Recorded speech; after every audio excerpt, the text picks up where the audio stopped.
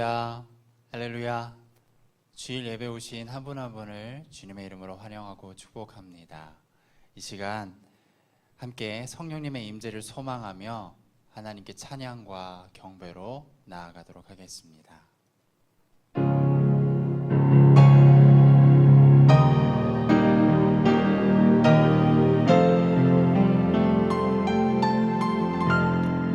주께서 높은 보좌에 앉으셨는데 그 옷 자락은 성전에 가득하도다.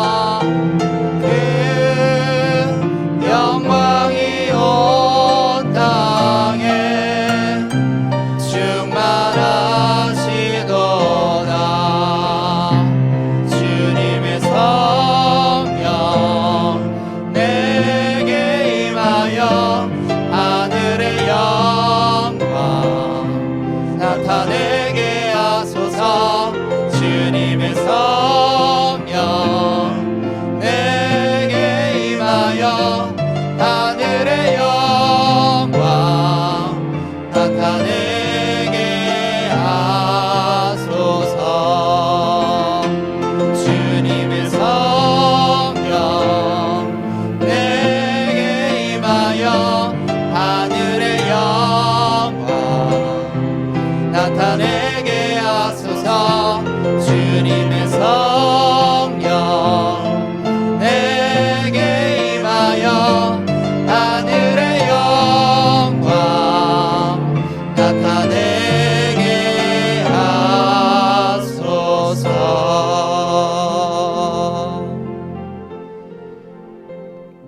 그러나 이제 그리스도께서 죽은 자 가운데서 다시 살아나사 잠자는 자들의 첫 열매가 되셨도다.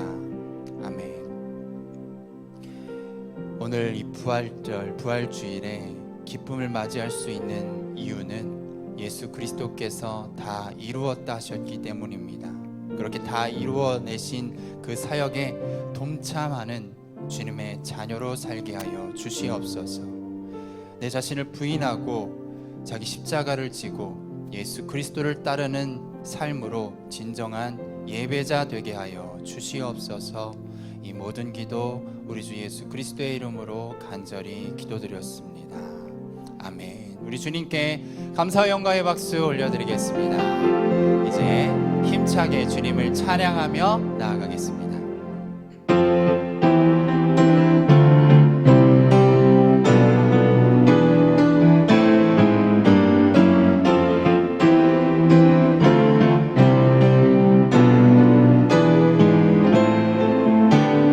멸류관 벗어서 주 앞에 드리세.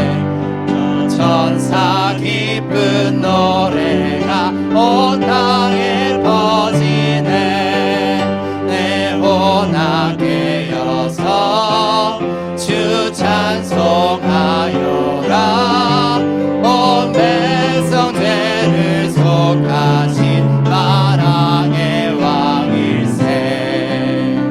멸류관 벗어서 주 앞에 드리세. 그 손과 몸의 상처가 영광 중 빛나네. 하늘의 천사도 그 영광 보고서 고난의 신비 알고자 늘은 모아도다. 멸류관 벗어서 주 앞에 드리세. 온 세상 전쟁 그치고 참 평화 오겠네. 주 보좌 앞에서 온 백성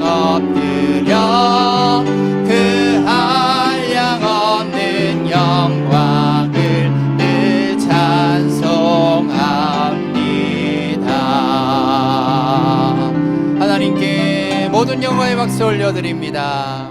아멘. 계속해서 찬양으로 영광 올려드리겠습니다.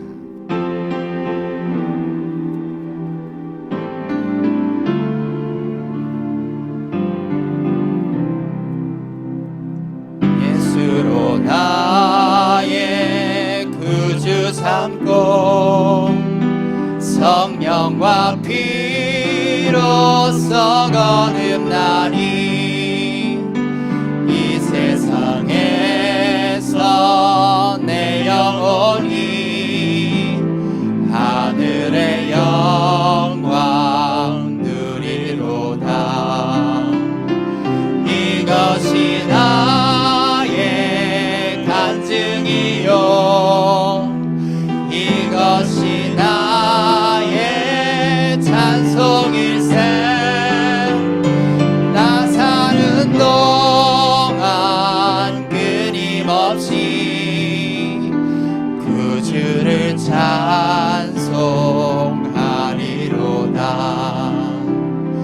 온전히 주께 맡긴 내 영 사랑의 음성을 듣는 중에 천사들 왕래하는 것과 하늘의 영광 보리로다.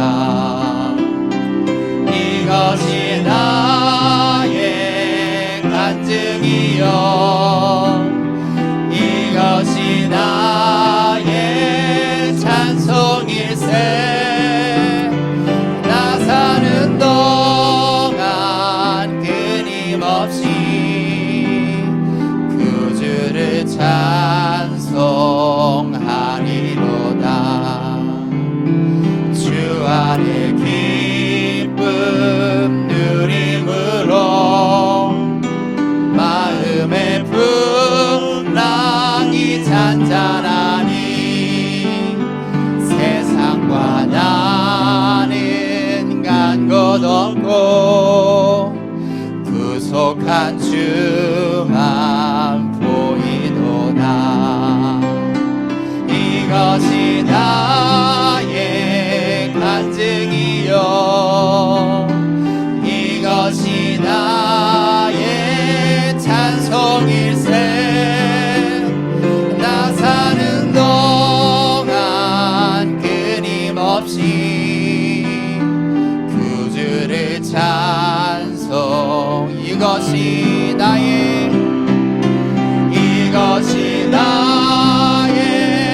간증이요 이것이 나의 찬송일세. 나 사는 동안 끊임없이 구주를 찬송하리로다.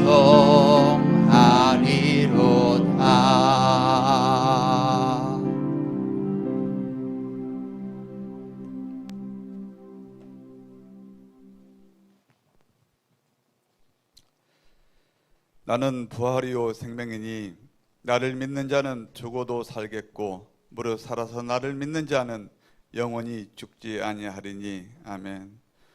소망 없는 이 땅에 참 소망의 빛으로 오시고 참 생명으로 오셔서 구원의 길을 열어주신 하나님께 감사와 찬송과 영광을 올립니다. 하나님을 떠나 영원히 죽을 수밖에 없는 저희들을 구원하시기에 이 땅에 예수 그리스도를 보내사 십자가에서 고난을 받으시고 우리의 죄와 허물과 삶의 모든 문제를 해결해 주신 사랑의 주님을 찬양합니다. 사망 권세를 가진 사탄의 권세를 깨뜨리시고 부활하신 주님, 음부의 권세를 이기시고 부활하사 승리하신 우리 주 예수 그리스도를 찬양합니다. 부활의 첫 열매가 되사 우리에게도 부활의 기쁨과 부활의 영광과 부활의 소망을 갖고 살 수 있도록 인도하신 하나님께 감사를 드립니다.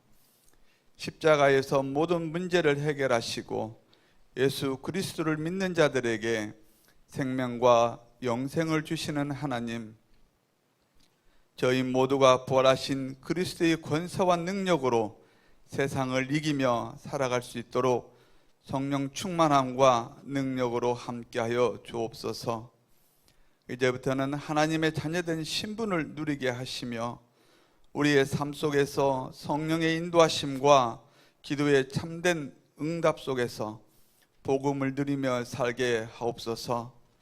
우리가 일하는 모든 곳에서 하나님의 나라가 임하게 하시고 흑암의 군대가 무너지고 사탄의 권사가 떠나가게 하옵소서. 사랑의 주님, 모든 예배가 회복되게 하옵소서.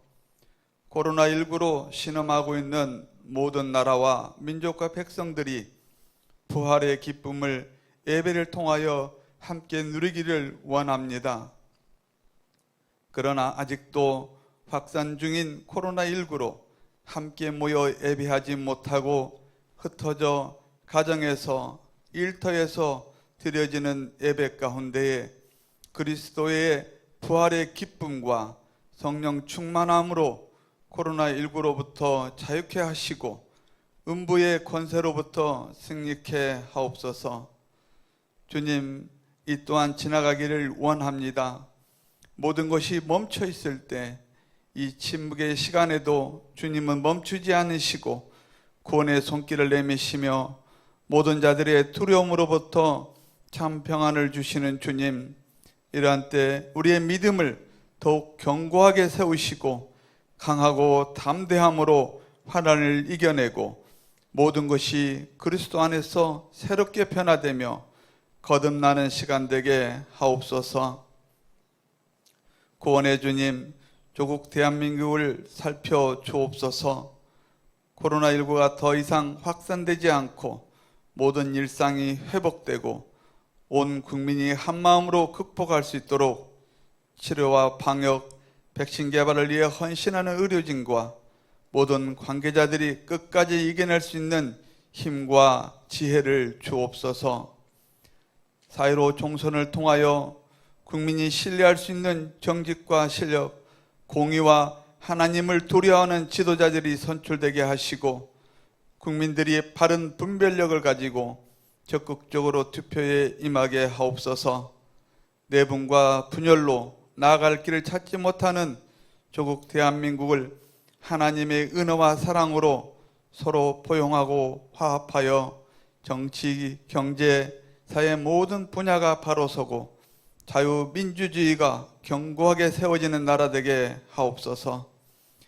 은혜의 주님, 교회가 하나님을 경외하게 하옵소서.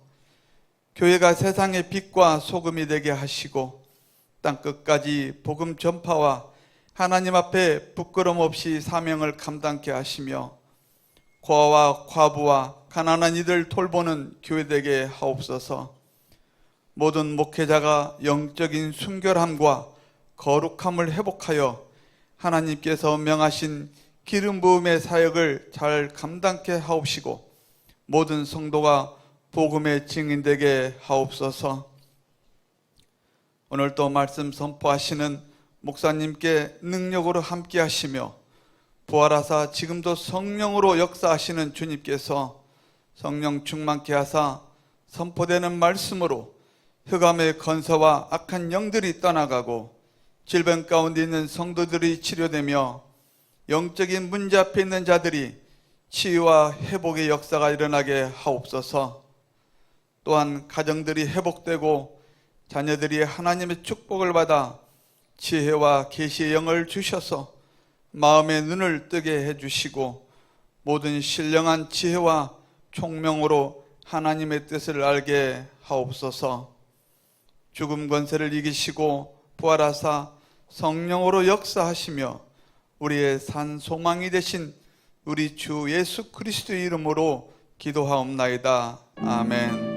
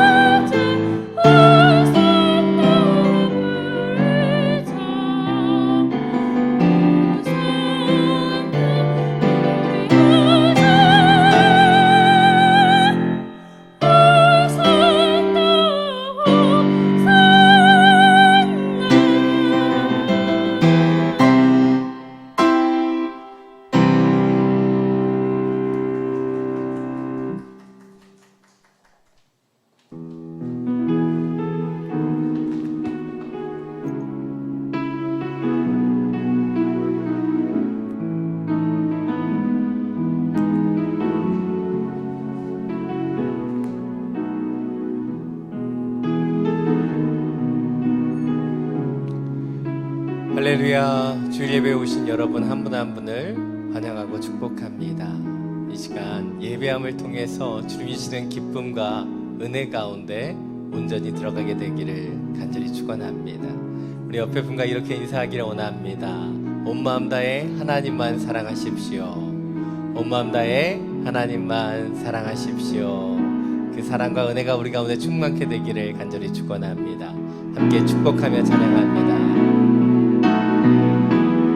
은혜의 주님이 당신을 축복하고 사랑의 주님이 함께 하시네.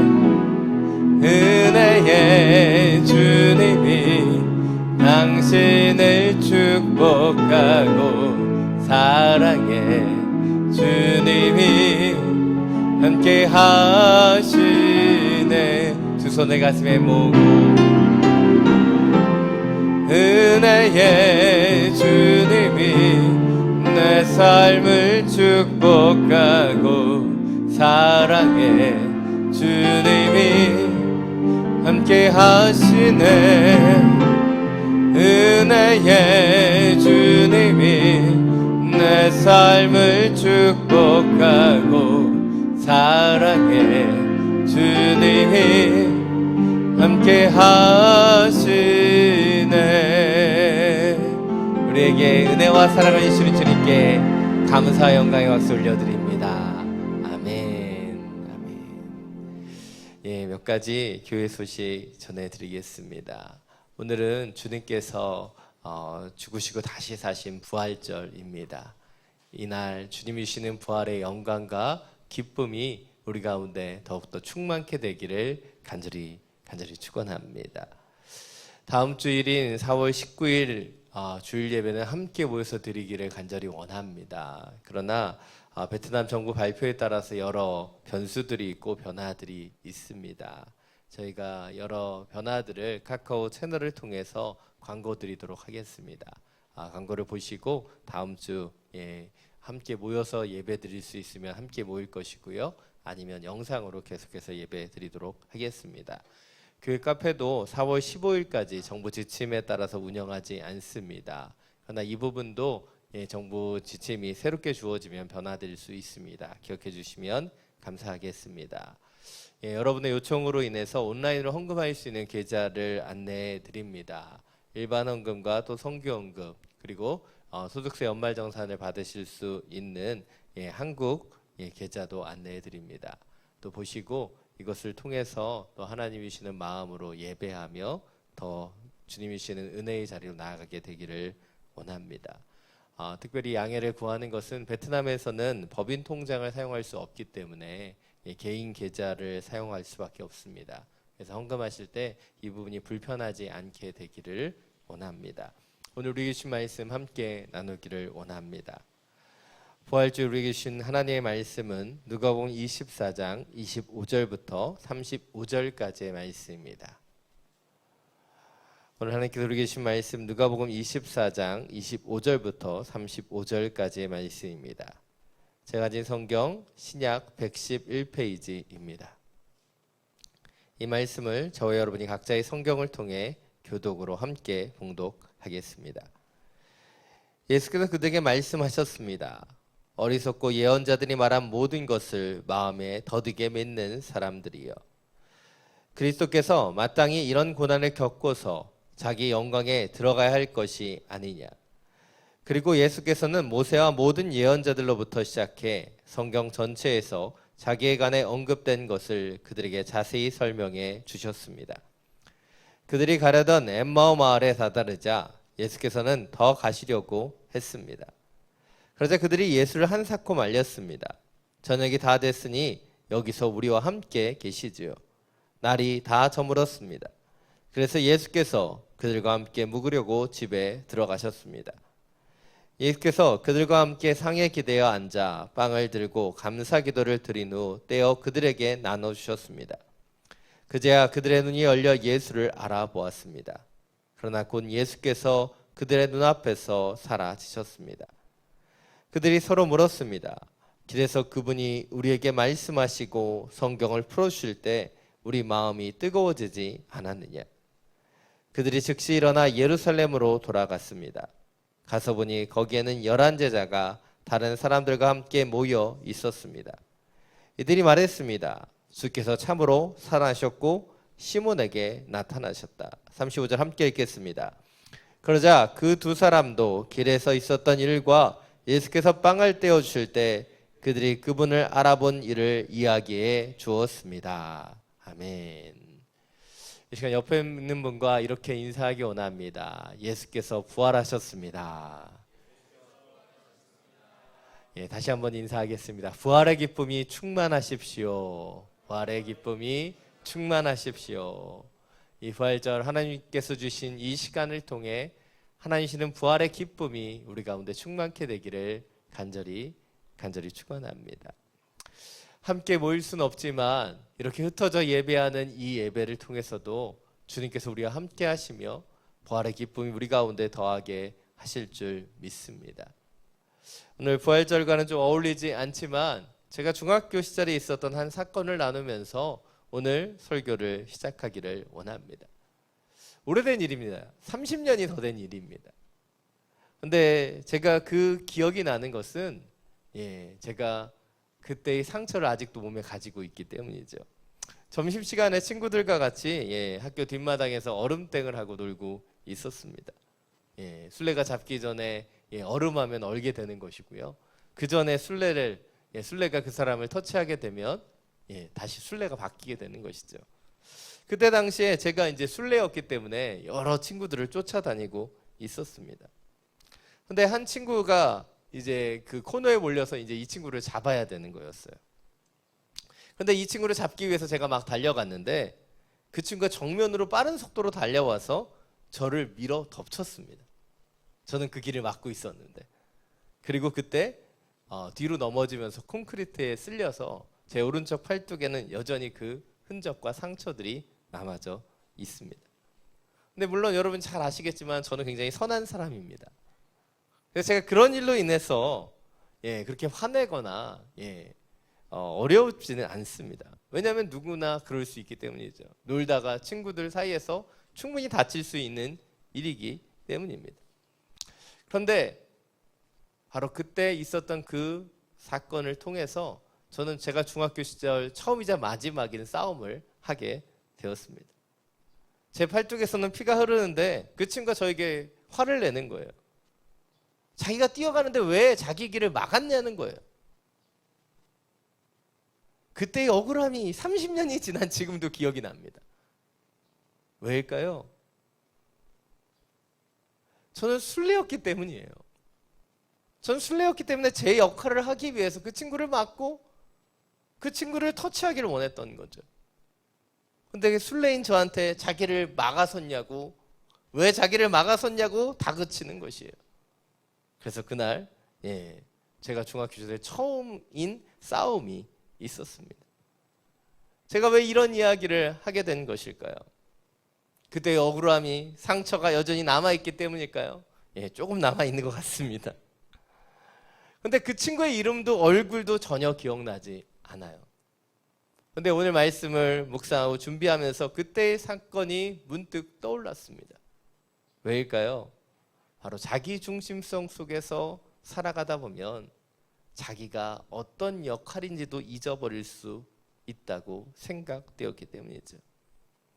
오늘 예수님께서는 온 인류의 죄를 지고 십자가에 죽으셨고 그 죽음을 이기고 부활하셨습니다. 예수님의 죽음은 모든 인류의 죽음을 없애는 그런 죽음이었죠. 그리고 그 죽음을 이기시고 주님께서는 바로 이 부활절에 부활하셨습니다. 그런데 예수님은 자신의 사명과 자신의 역할을 다 하셨는데 제자들의 모습은 어떠하냐는 것이죠. 지금 예수님은 그 사명을 다하기 위해 십자가에 죽으시고 부활하셨는데 지금 제자들은 엉뚱한 일들을 하고 있기 때문입니다. 왜 예수님이 죽으셨는지도 모른 채 자신에게 주어진 사명이 무엇인지 알지 못한 채 지금 두 명의 제자는 예루살렘을 떠나 엠마오로 걸어가고 있기 때문입니다. 오늘 본의 상황들을 간단히 살펴보겠습니다. 이때는 누가복음 24장 1절에 의하면 안식 후 첫날, 바로 주님께서 부활하신 그날입니다. 아마도 안식일에는 사람이 이동하는 것이 제한되어 있기 때문에 예수님의 죽음을 본 제자들은 안식일에는 바로 예루살렘을 떠날 수 없었습니다. 그러나 이 안식일이 끝나고 바로 그 다음 날, 우리가 지키고 있는 주님의 날이라고 불려지는 일요일이 왔을 때 이들은 예루살렘을 떠나고 있는 것이죠.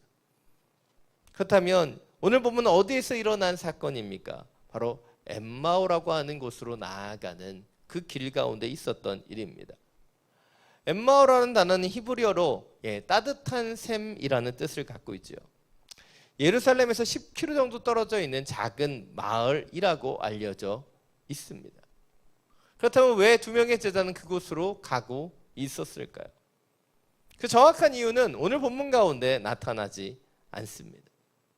두 제자 가운데 한 사람의 고향이 그곳일 수도 있고, 그곳에서 누군가를 만나거나 그것이 익숙해서 그곳으로 이동했을 수 있습니다. 그러나 왜 그들이 이 엠마오로 갔는지, 이 엠마오라는 그 지명은 그렇게 중요하지 않아요. 왜냐하면 오늘 본문이 축약되어 있는 마가복음 16장의 12절, 13절 구절을 보면 이 엠마오라는 지명은 나타나지 않고 두 제자가 시골로 내려가고 있다, 이 정도로만 기록되고 있기 때문이죠.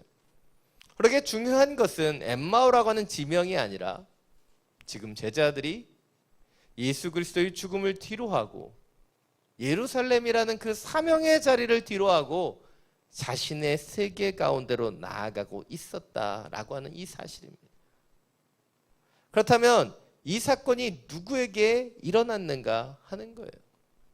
바로 엠마오로 가는 두 제자.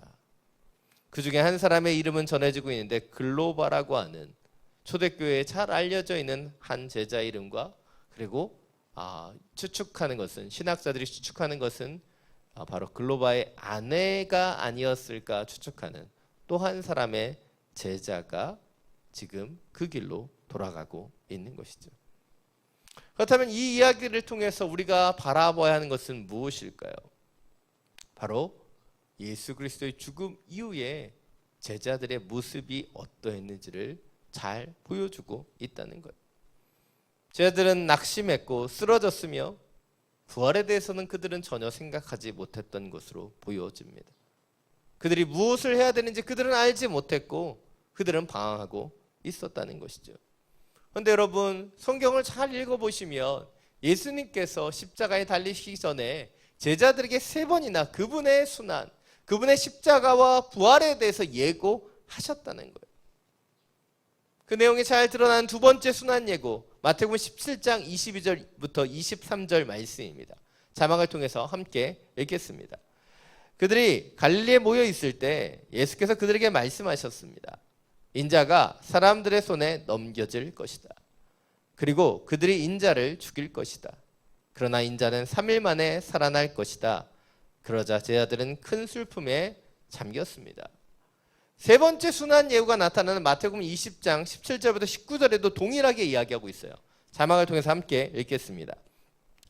예수께서 예루살렘으로 올라가시면서 12제자를 따로 곁에 불러놓으시고 길에서 그들에게 말씀하셨습니다. 보라, 우리는 지금 예루살렘으로 올라가고 있다. 거기서 인자는 대제사장들과 율법학자들에게 넘겨질 것이고 그들은 인자에게 사형 선고를 내릴 것이다. 그리고 그들이 인자를 이방 사람들에게 넘겨주면 그들은 인자를 조롱하고 채찍으로 때리고 십자가에 못 박을 것이다. 그러나 인자는 3일째 된 날에 다시 살아날 것이다. 예수님께서는 이미 다 말씀해 주셨어요. 그분의 십자가의 죽음뿐만 아니라 그분이 3일 만에 다시 살아날 것이다 라고 부활에 대해서도 분명하게 말씀해 주셨습니다. 그런데 바로 예수님께서 부활하시는 그 날에 제자들은 지금 엠마오로 가고 있는 것이에요.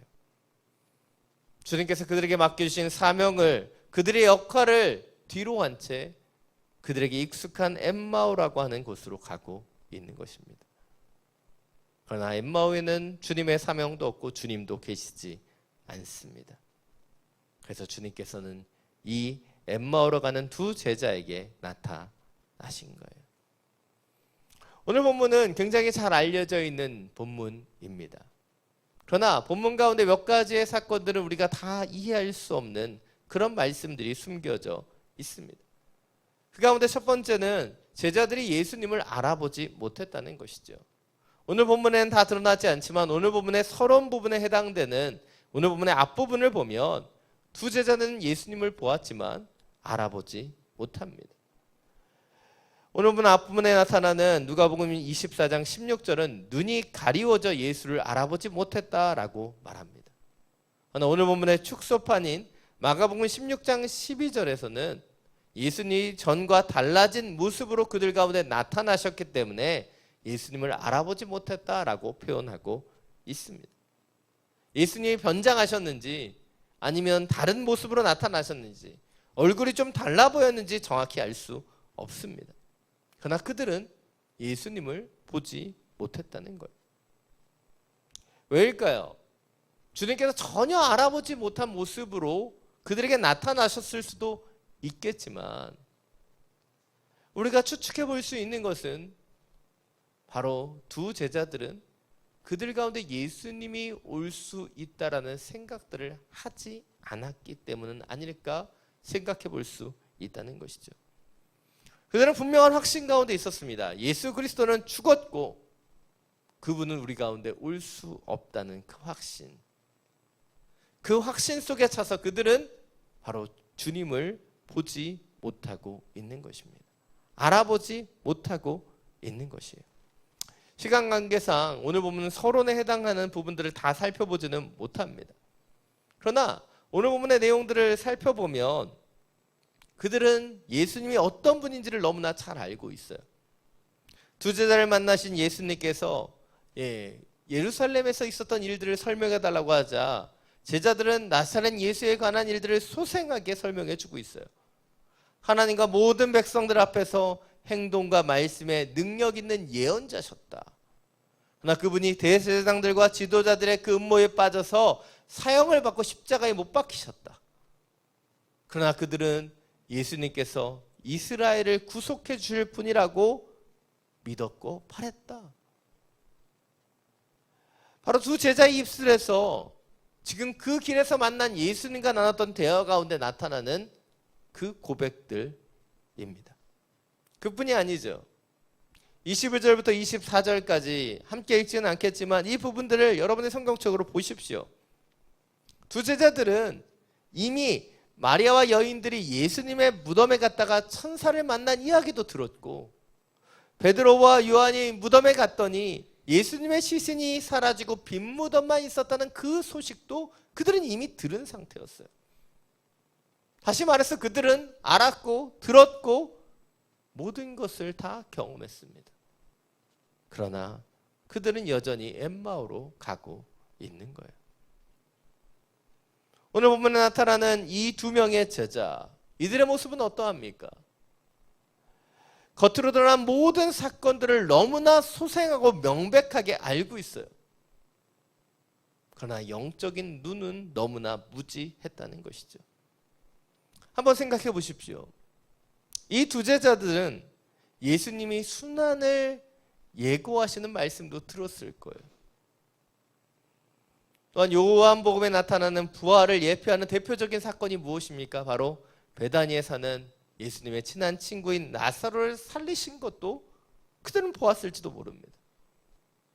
그렇습니다. 이들은 들었고 보았고 많은 것을 경험했지만 그들은 영적 무지함 속에 빠져서 무엇을 해야 되는지 어떤 역할을 해야 되는지 전혀 알지 못하고 있다는 것이죠.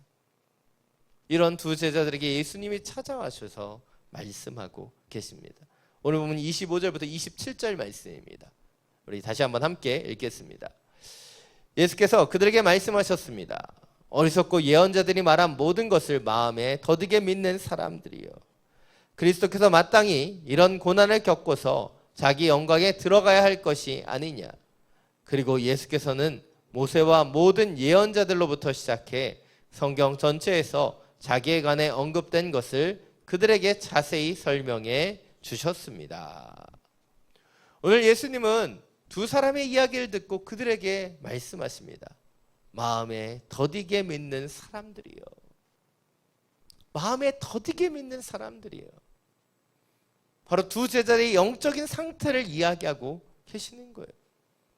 듣기는 들었고 보기는 보았지만 온전히 믿지 못하고 있는, 그래서 엠마오로 향하여 나아가고 있는 그 두 제자의 영적인 상태를 말씀하고 계시다는 거예요.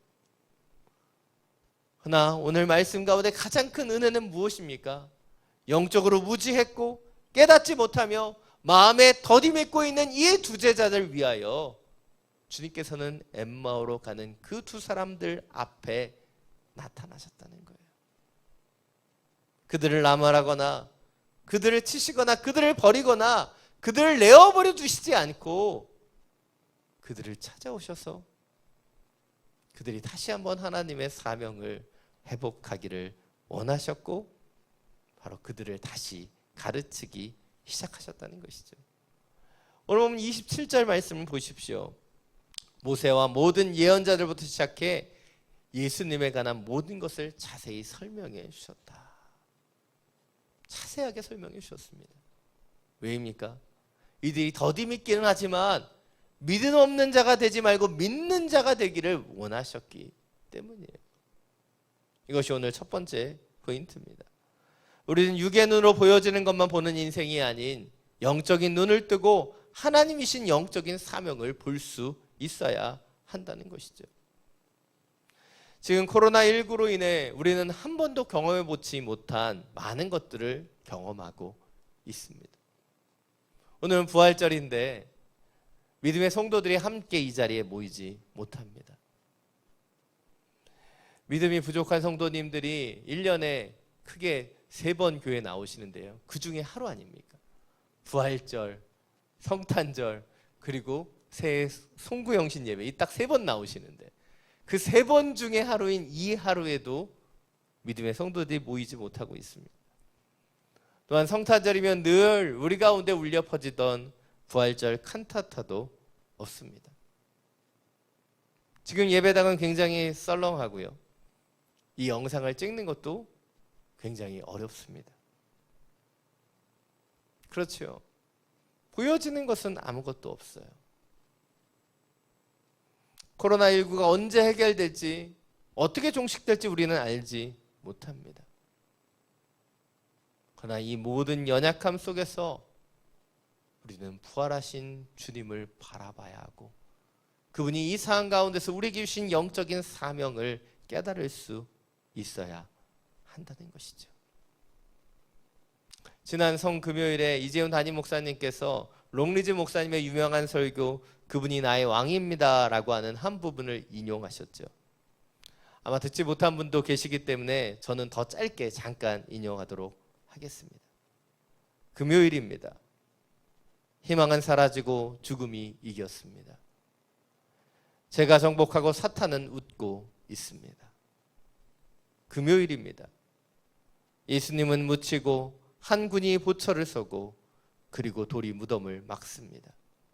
그러나 금요일입니다. 아직 금요일입니다. 그러나 일요일이 오고 있습니다. It's Friday, but Sunday is coming. It's Friday, but Sunday is coming. 우리가 살아가고 있는 지금 이 순간은 금요일이에요. 그러나 금요일의 절망 가운데 갇혀 있지 않아도 되는 것은 바로 Sunday is coming. 주님의 날이 다가오고 있기 때문입니다. 그러나 우리가 금요일의 고통 가운데 갇혀 있으면, 두려움과 좌절과 낭만 가운데 갇혀 있으면 Sunday is coming. 주님이 다시 오시는 것을 보지 못할 수 있는 거예요. 오늘 2명의 제자들은 바로 금요일에 갇혀 있었습니다. 예수님의 죽음 가운데 갇혀 있었고 낭만과 슬픔의 기색 속에 갇혀 있었어요. 그래서 엠마오로 가고 있는 것이죠. 이것은 우리의 모습일 수도 있습니다. 이 코로나19라고 하는 큰 위협과 어려움 속에서 우리는 프라이데이, 금요일에 머물 수 있어요. 그러나 우리가 영적인 눈을 뜨고 바라봐야 되는 것은 무엇입니까? But Sunday is coming. 주님의 날이 오고 있다는 거예요. 오늘 이 부활의 아침에 함께 모여 예배드릴 수 없는 현실은 너무나 아픕니다. 부활을 찬양하고 경배하는 칸타타가 없다는 거 너무나 절망스러워요. 그러나 이 시간을 흘러가면 Sunday is coming. 주님이 우리 가운데 찾아오시고 우리 가운데 역사하시는 부활의 날이 올 것을 믿기에 우리가 주님이 주시는 그 소망을 잃어버리지 않게 되기를 원합니다. 지금 현실의 어려움 속에 낙마하고 넘어지기보다는 우리를 다시 찾아오시는 그 주님을 바라보며 부활의 소망으로 영적인 사명을 회복할 수 있는 우리 모두가 되기를 간절히 축원합니다. 여러분 28절부터 31절 말씀입니다. 다시 한번 함께 읽겠습니다. 그들이 가려던 엠마오 마을에 다다르자 예수께서는 더 가시려고 했습니다. 그러자 그들이 예수를 한사코 말렸습니다. 저녁이 다 됐으니 여기서 우리와 함께 계시지요. 날이 다 저물었습니다. 그래서 예수께서 그들과 함께 묵으시려고 집에 들어가셨습니다. 예수께서 그들과 함께 상에 기대어 앉아 빵을 들고 감사 기도를 드린 후 떼어 그들에게 나눠주셨습니다. 그제야 그들의 눈이 열려 예수를 알아보았습니다. 그러나 곧 예수께서 그들의 눈앞에서 사라지셨습니다. 오늘 말씀을 거룩한 상상력을 가지고 묵상해 보면 오늘 예수님의 연기가 느껴집니다. 생각해 보십시오. 예수님이 어딜 가시려고 더 가시려고 했을까요? 어차피 붙잡혀 계실 것이었는데 왜 가는 척 하셨을까?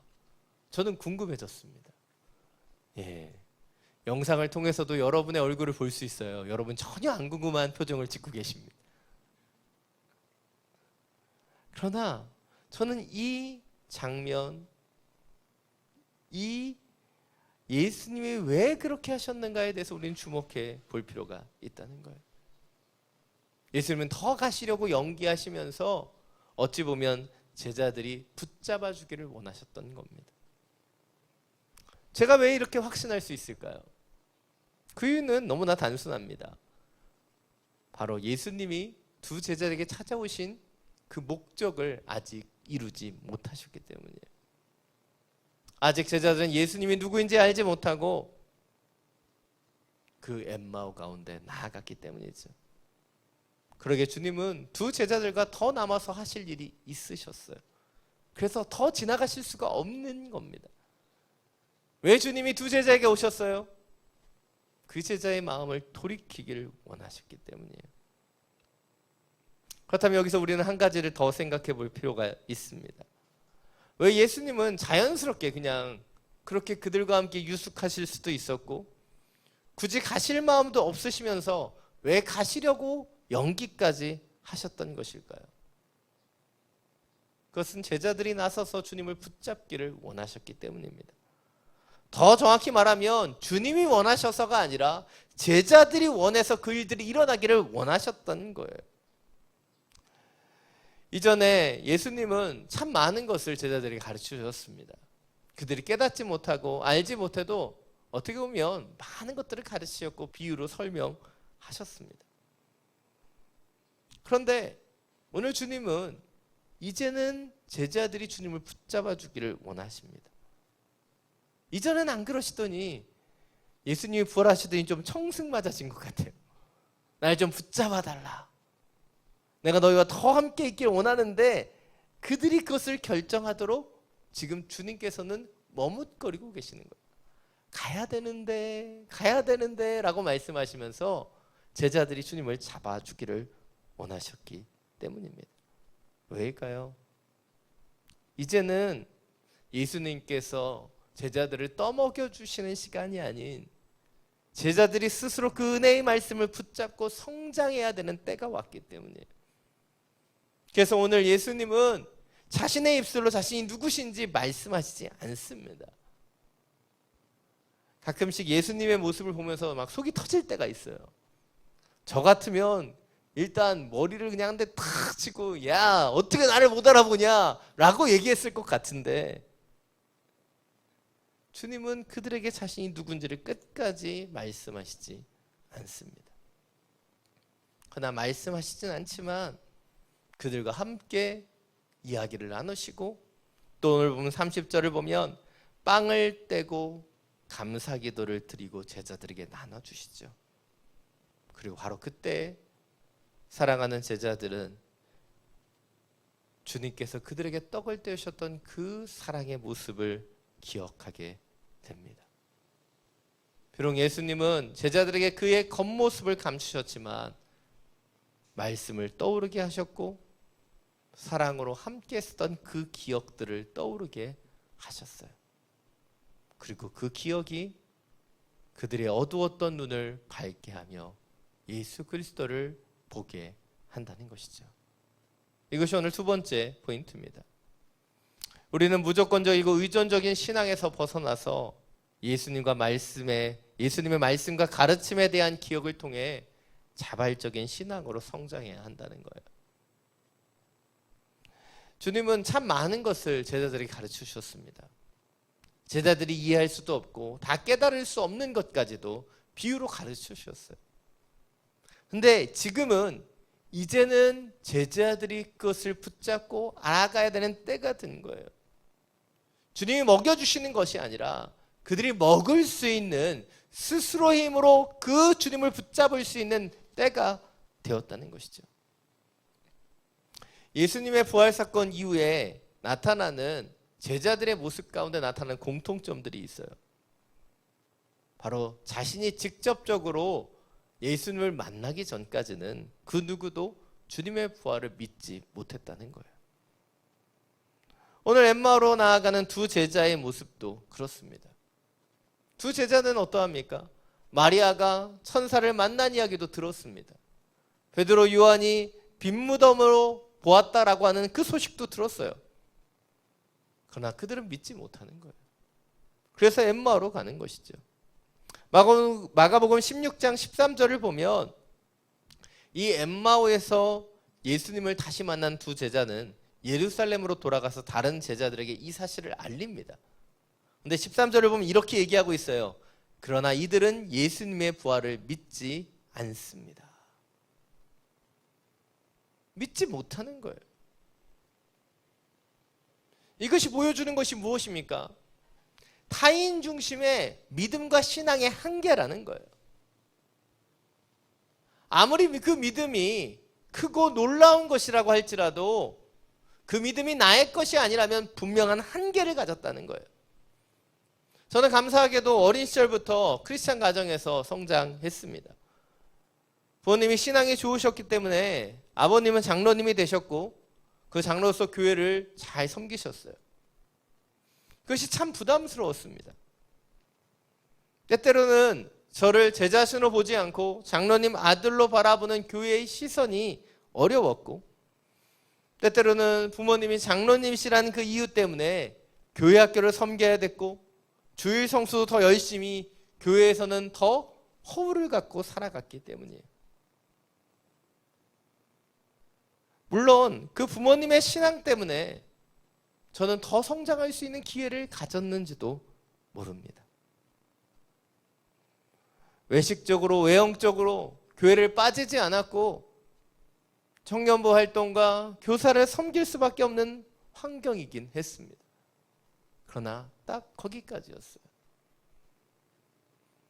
제가 인격적으로 하나님을 직접 만나기 전까지 부모님은 부모님의 신앙을 통해서 저를 인도해 주셨지만 그때 제가 경험했던 것은 부모님의 하나님이었지 저의 하나님이 아니었어요.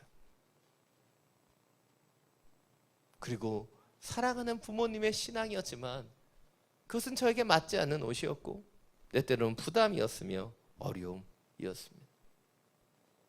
아무리 좋은 것이고 또 사랑하는 부모님으로부터 온 신앙의 유산이었지만 그것이 저의 것이 되기 전까지 그것은 타인 중심의 한계를 가진 신앙의 모습이었다는 것이죠.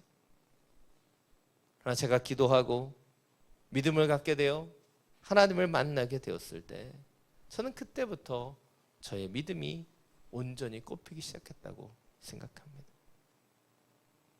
많은 성도님들 가운데서도 자기의 신앙, 자기의 믿음, 자기의 하나님이 없는 분들이 있어요. 그러나 그런 신앙은 너무나 위험합니다. 왜냐하면 타인의 시선과 타인의 신앙에, 타인의 믿음에 의지하여 서 나아가기 때문이죠. 오늘 예수님은 제자들을 찾아오셨어요. 왜입니까? 그들이 자기 중심의 신앙으로 서지 못했기 때문이죠. 이제 스스로가 주님을 붙잡고 스스로가 말씀을 읽고 스스로가 주님을 기억하며 그들 스스로의 신앙으로 서야 되는 때가 왔기 때문이에요. 어찌 보면 코로나19로 인해서 지금 모이지 못한 이 부활절은 우리의 부활 신앙을 점검하는 귀한 시간이 될 수 있다고 저는 생각합니다.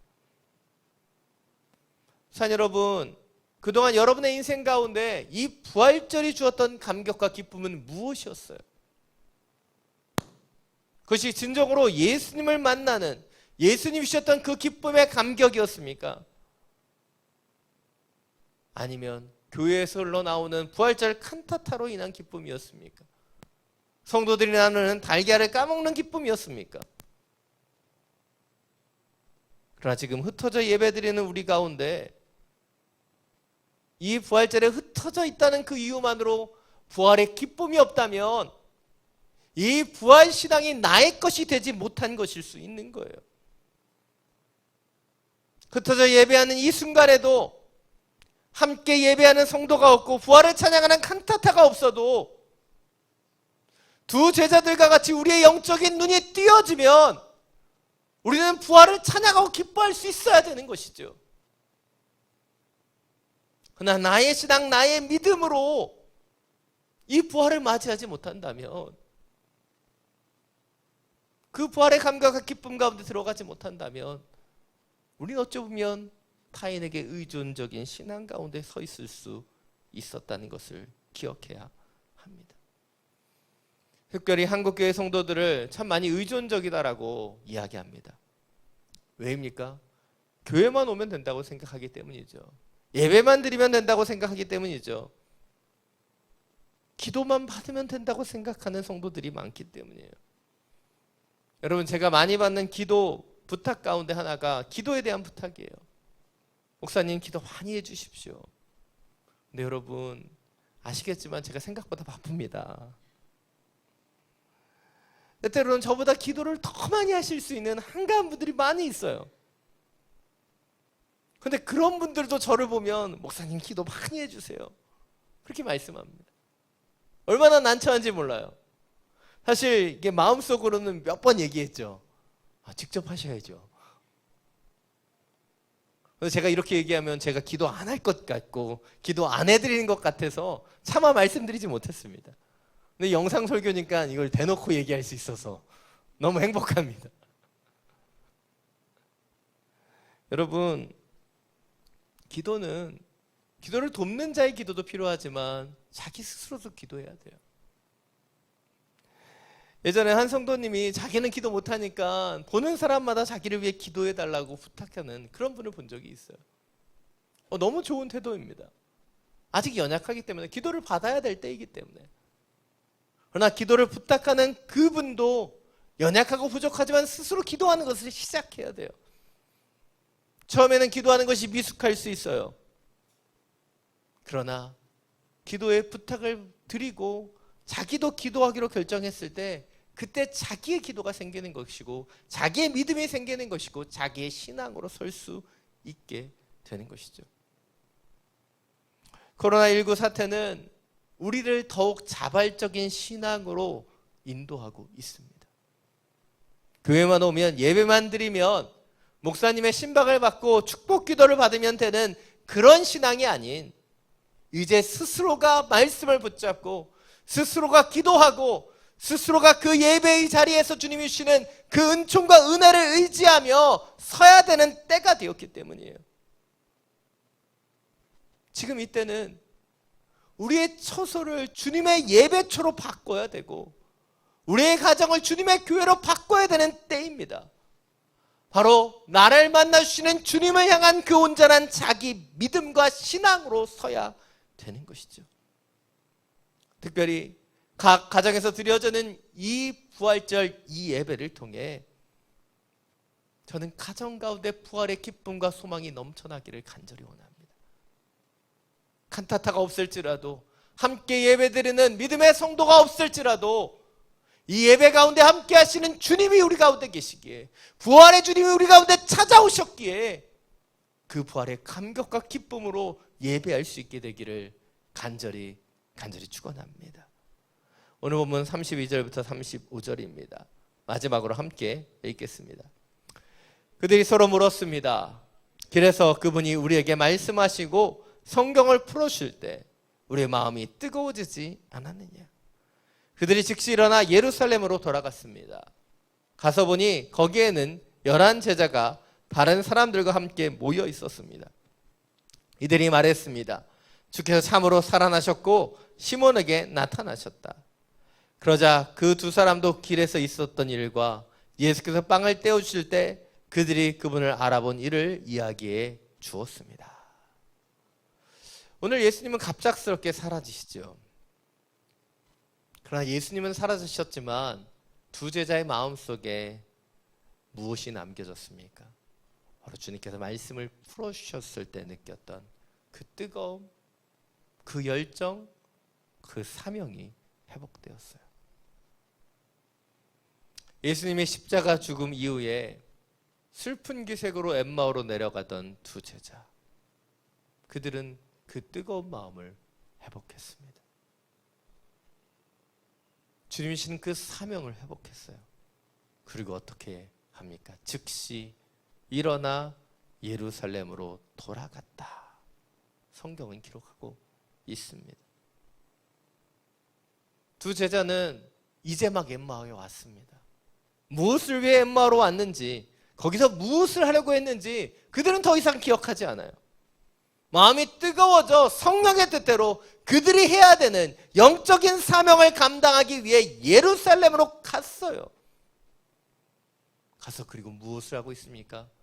그들이 목격한 예수 그리스도, 부활하신 주님을 증거하고 있다는 것이죠. 이것이 오늘 마지막 세 번째 포인트입니다. 우리는 우리가 경험한 부활의 기쁨 속에 머물러서는 안 되고 그 기쁜 소식을 전하며 살아가야 한다는 것이에요. 사랑 여러분, 왜 하나님께서 우리에게 부활절을 주셨습니까? 우리가 이 부활절 예배를 드리면서 예수님의 부활을 더 잘 믿으라는 것일까요? 물론 이 부활절, 우리에게 주신 절기를 통해서 우리는 우리의 신앙과 부활 신앙에 대해서 더 깊게 묵상할 수 있습니다. 거기에서 멈춰서는 안 되죠. 요한복음 11장 25절부터 26절은 이렇게 말합니다. 예수께서 이르시되 나는 부활이요 생명이니 나를 믿는 자는 죽어도 살겠고 무릇 살아서 나를 믿는 자는 영원히 죽지 아니하리니 이것을 내가 믿느냐. 이것을 내가 믿느냐. 부활신앙의 첫 번째 목적은 무엇입니까? 예수 그리스도의 부활을 믿는 것이고, 그리고 두 번째로 그 부활의 역사가 내게 일어날 것을 믿는 것이에요. 그러나 마지막 세 번째는 무엇입니까? 그 부활의 역사가 더 많은 사람들에게 흘러갈 수 있도록 증거하는 것. 그것이 부활의 소명이고 부활의 기쁨이며 이 부활절을 통해 우리가 이루어가야 하는 것이에요. 오늘 예수 그리스도를 다시 만나 그 부활을 목격한 두 제자는 뜨거운 마음으로 엠마오를 뒤로하고 예루살렘으로 돌아가고 있습니다. 왜입니까? 예루살렘에서 그들이 해야 되는 사명이 회복되었기 때문이에요. 저는 오늘 말씀 가운데 나타나는 이 두 제자에게 있었던 이 역사가 우리 가운데도 일어나게 되기를 간절히 원합니다. 엠마오로 향하고 있고 세상을 향하고 있었던 우리의 발걸음이 달라지게 되기를 원합니다. 예수님을 의지하며 타인을 의지하는 의존적인 신앙에서 벗어나 나의 신앙, 나의 자발적인 믿음으로 성장하게 되기를 원합니다. 다시 한번 주님이 주시는 뜨거운 사명이 회복되기를 원합니다. 그리고 그 사명을 가지고 이제 부활의 기쁨을 알지 못하는 자들에게 나아갈 수 있는 그런 하나님의 사람들이 되시기를 간절히 축원합니다. 오늘 부활절 저는 여러분의 가정 가운데 한 가지의 숙제를 드리기를 원합니다. 물론 이 호목은요 검사하지 않는 숙제입니다. 요즘 학교에서 이 러닝 때문에 숙제 내니라고 많이 어려우실 것 같아서 숙제 제출을 받지 않겠습니다.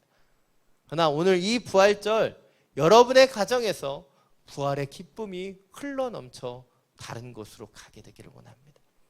아주 작은 것이어도 좋습니다. 달걀을 삶으셔도 좋고요, 과일을 준비하셔도 좋고 음료를 나누셔도 좋습니다. 아니 요즘 주변에 필요한 마스크를 나누셔도 좋아요. 그곳에 해피 이스터, 축부활 이렇게 써서 주변의 사람들에게 나눌 수 있게 되기를 원합니다. 꼭 얼굴을 볼 수 없어도, 꼭 내가 잘 아는 사람이 아닐지라도 주님이 주시는 이 부활의 기쁨이 우리를 통해 다른 사람에게 흘러가게 하는 주님의 날이 되기를 원합니다. 나만의 기쁨, 나만의 즐거움에 머무는 신앙이 아닌 바로 우리의 마음속에 주시는 주님의 사명을 위하여 그 열정이 회복되어 그 부활의 소명과 그 부활의 기쁨을 다른 이에게 나눌 수 있는 참된 부활절이 되기를 간절히 축원합니다. 여러분 검사하지 않습니다. 그러나 여러분이 그 부활의 기쁨을 실천하고 또한 섬길 때 여러분의 마음속에 하나님 주시는 그 부활의 기쁨이 더욱더 충만하게 될 것입니다. 이 시간 함께 만왕의 왕 내 주께서 함께 찬양하고 우리 주님 앞에 기도하며 나가겠습니다.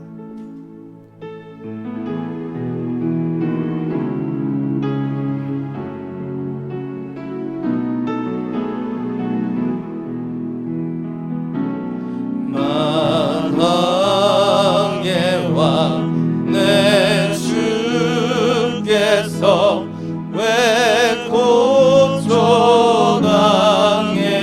고초당했나 이 벌레 같은 날 위해 그 보혈을 흘렸네.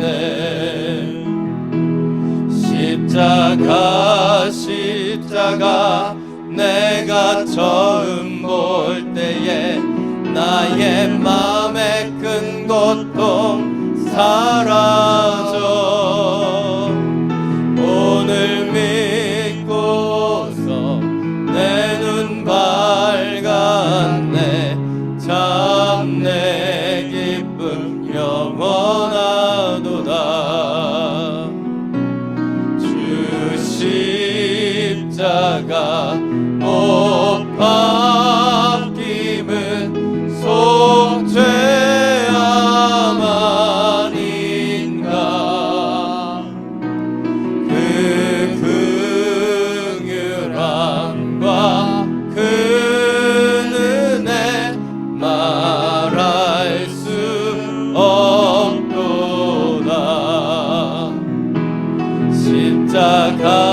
십자가 내가 처음 볼 때에 나의 맘의 큰 고통 사라져 오늘 믿고서 내 눈 밝았네.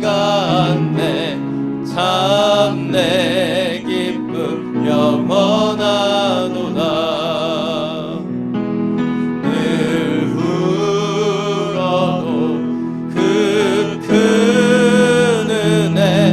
다 갚을 수 없네.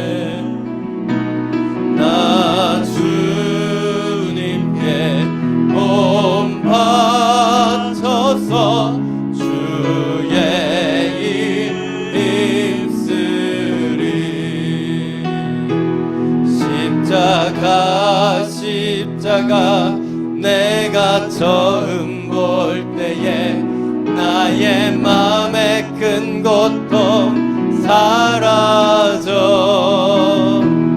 오늘 믿고서 내 눈 밝았네 참 내 기쁨 영원하도다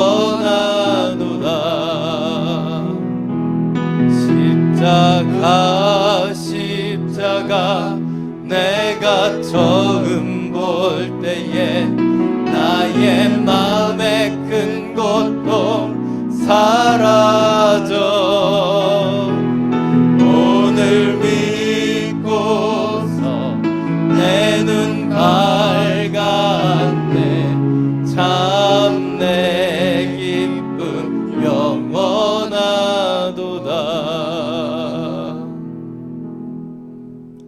산 여러분, 우리의 부활신앙에서 중요한 것은 단순한 부활만이 아닙니다.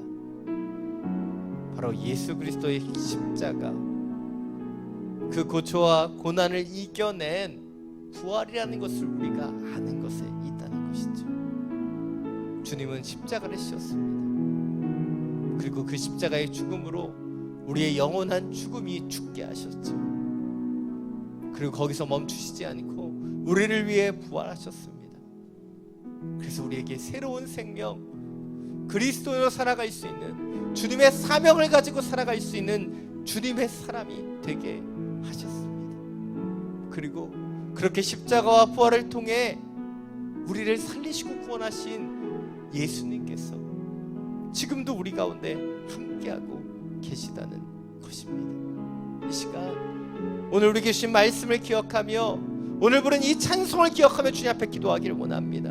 주님, 내 뜻대로 내 생각대로 엠마오로 나아가는 사람이 아닌 주님의 사명을 회복하고 예루살렘으로 돌아가는 하나님의 자녀가 되게 하여 주옵소서.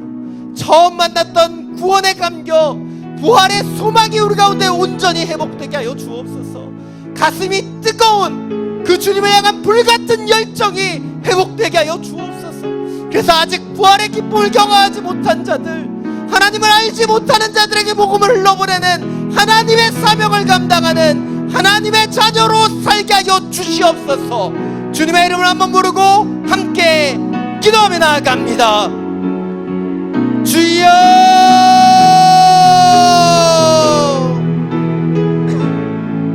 사랑이 많으신 주님, 우리가 허락하신 이 부활주일, 주님을 참되게 예배하는 예배자들이 되기를 원합니다. 엠마오를 향했던 우리의 마음을 다시 한번 예루살렘을 향하여, 하나님을 향하여 조정하는 시간이 되기를 원합니다.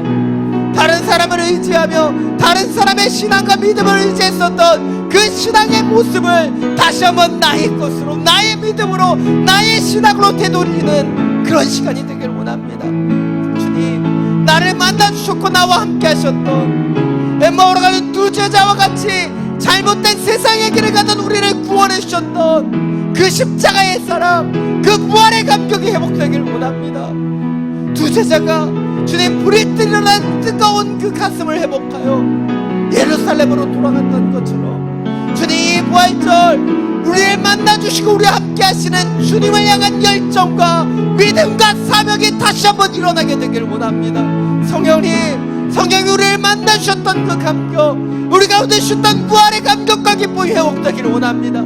이 부활절 우리 계신 이 예배를 통하여 주님이 우리에게 맡겨주신 부활의 사명을 전하는 믿음의 길들이 다시 한번 시작되기를 원합니다.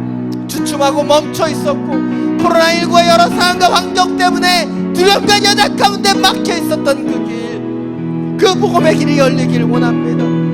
부활을 전하며 기쁨을 전하는 그 소망의 역사들이 다시 한번 시작되기를 원합니다. 주님, 우리 가운데 부활절 칸타타가 없고 함께 모여드릴 수 있는 예배가 없지만 우리의 삶에 찾아오시는 예수 그리스도, 우리의 마음을 뜨겁게 하시며 열정을 회복시키시며 사명을 다시 한번 회복시켜 주시는 주님이 계시기에 다시 한번 예배하며 찬양하며 부활의 소망 가운데로 나아갑니다. 부활 생명이 회복되기를 원합니다. 주님, 우리의 마음을 만져 주옵소서. 우리의 중심 가운데 찾아와 주셔서 다시 한번 우리의 눈이 밝아져 주님의 부활의 기쁨을 찬양하며 경배하며 전파하게 하여 주시옵소서.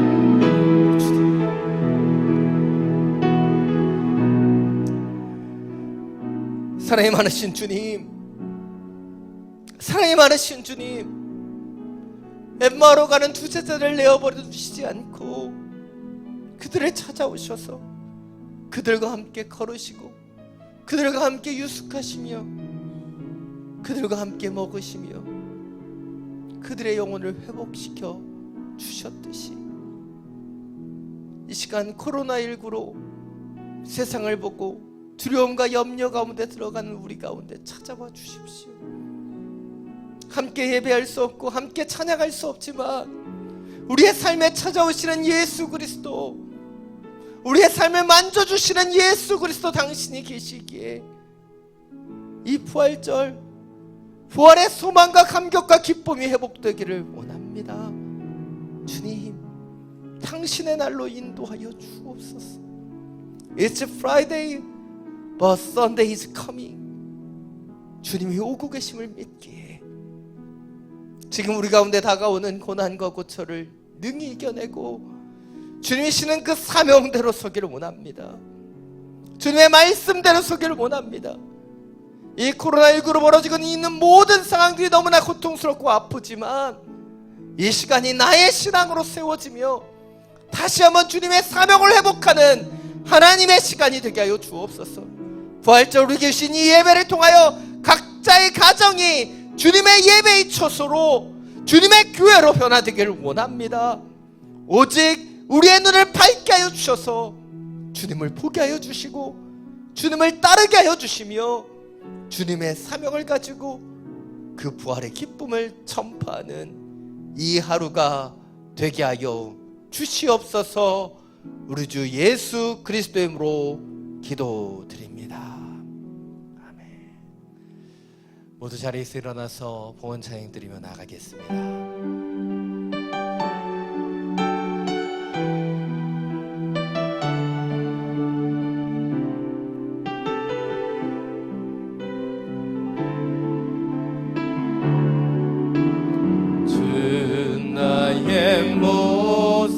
보내 상한 나의 맘 보시네.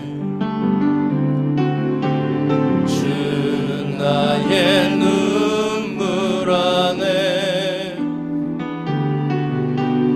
홀로 울던 마음 아시네. 주 사랑 내게 있네. 그 사랑이 날 채우네. 주네 내게 있네. 그네로 날 세우네. 세상 소망 다 사라져가도 주의 사랑은 끝이 없으니 살아가는 이 모든 순간이 주의 힘을 나는 믿네. 우리 두 손을 들고 함께 찬양합니다. 세상 소망 다 사라져가도 주의 사랑은 끝이 없으니 살아가는 이 모든 순간이 주의 힘을 나는 믿네. 주 은혜 힘을 나는 믿네. 주의 힘을 나는 믿네. 주 은혜 힘을, 주의 힘을 나는 믿네.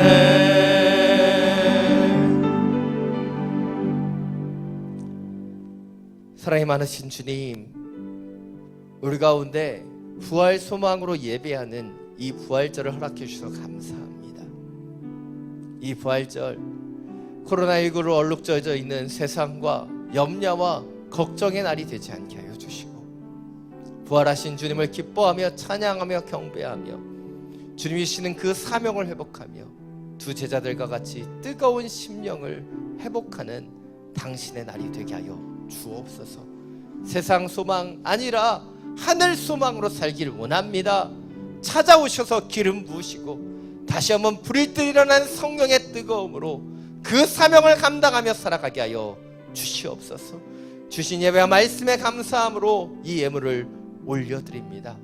주님 흠양하여 주시고 주님의 나라와 영광으로 아름답게 쓰임받는 당신의 물질 되게 하여 주시옵소서. 이젠 우리 주 예수 그리스도의 은혜와 하나님 아버지의 놀라우신 사랑과 성령의 교통하심이